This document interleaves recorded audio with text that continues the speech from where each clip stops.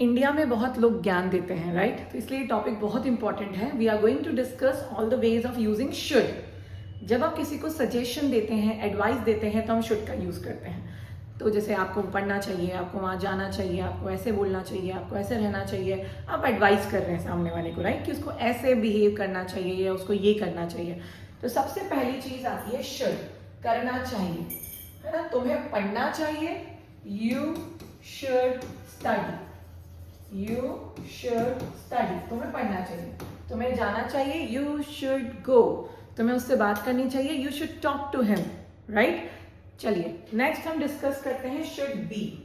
अगर आप लोगों ने पैसिव वॉइस पढ़ा है तो आपको पता है कि पैसिव वॉइस सब्जेक्ट से शुरू नहीं होता.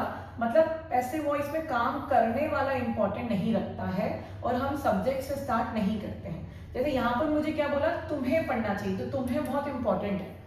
पैसिव वॉइस में सब्जेक्ट इंपॉर्टेंट नहीं है, पैसिव वॉइस में काम इंपॉर्टेंट है. काम होना चाहिए, भले कोई भी करे, बस काम होना चाहिए, राइट? तो ये काम आज शाम तक हो जाना चाहिए. इसमें सब्जेक्ट कौन है, कौन करेगा ये काम, नहीं पता. बस हमें इससे मतलब नहीं है, हम सिर्फ इतना बोल रहे हैं ये काम आज शाम तक हो जाना चाहिए. तो this work should be done,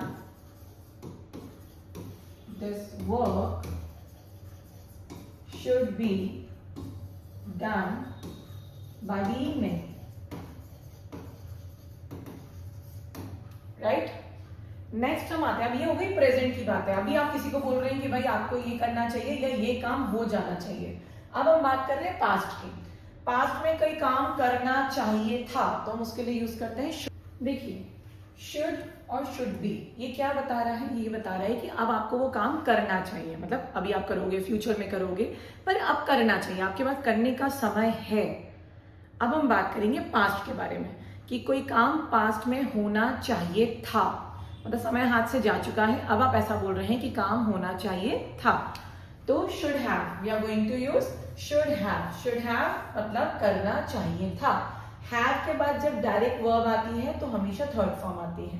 जब हैव के बाद डायरेक्ट वर्ब आती है तो हमेशा थर्ड फॉर्म आती है. तो तुम्हें ये बात मुझे बतानी चाहिए थी. पास्ट की बात कर रहे हैं, फ्यूचर की बात नहीं कर रहे हैं, पास्ट की बात कर रहे हैं. तुम्हें ये बात मुझे बतानी चाहिए थी, मतलब तुमने बताई नहीं. So you should have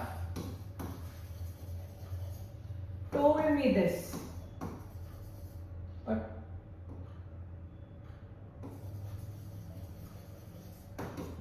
told me about this. You should have told me about this. तुम्हें इस बारे में मुझे बताना चाहिए था, राइट? तुम्हें वहां जाना चाहिए था. You should have gone there. तुम्हें मुझे कॉल करना चाहिए था. You should have called me. तुम्हें क्लास अटेंड करनी चाहिए थी. You should have attended your class, right? अब हम बात करते हैं, अभी ये तो हुआ एक्टिव वॉइस में. हम यहाँ क्या यूज कर रहे हैं? सब्जेक्ट यूज कर रहे हैं. एक्टिव वॉइस में पास्ट should have होता है. अब पैसिव वॉइस में पास्ट कैसा होता है? पैसिव वॉइस में पास्ट होता है कोई काम पास्ट में होना चाहिए था. कोई काम पास्ट में होना चाहिए था, जो हुआ पहले ही हो जाना चाहिए था. तो शुड हैव का पैसिव क्या होगा? शुड हैव का पैसिव होगा should have been. Should have का पैसिव होगा शुड हैव बीन.